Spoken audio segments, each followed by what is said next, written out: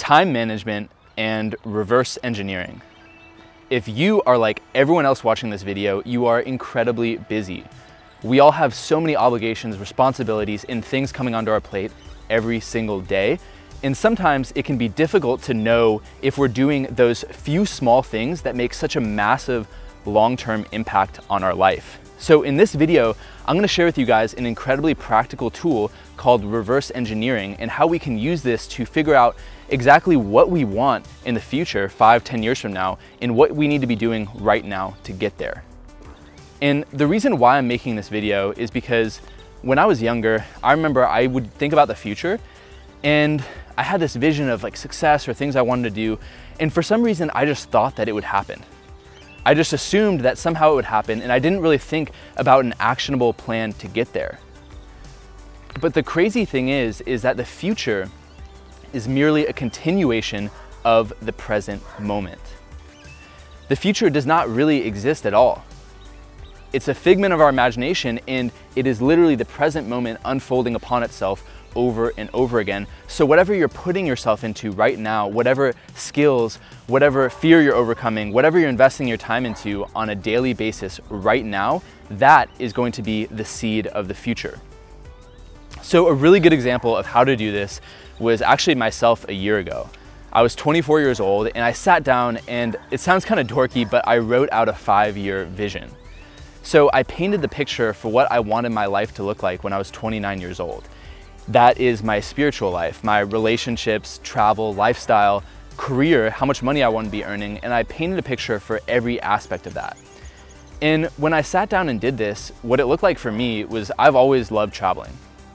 And I really had a vision of being able to live in other countries and to work online. So to work with clients over the internet so that I could earn money wherever I was, and also to do paid speaking engagements. So to fly to other cities and travel to speak in public.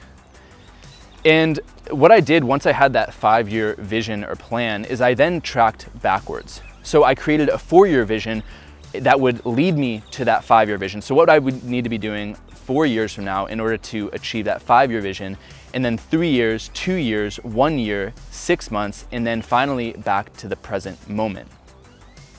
And what this looked like for me in the present moment in order to get to the 6-month vision was, it was pretty obvious.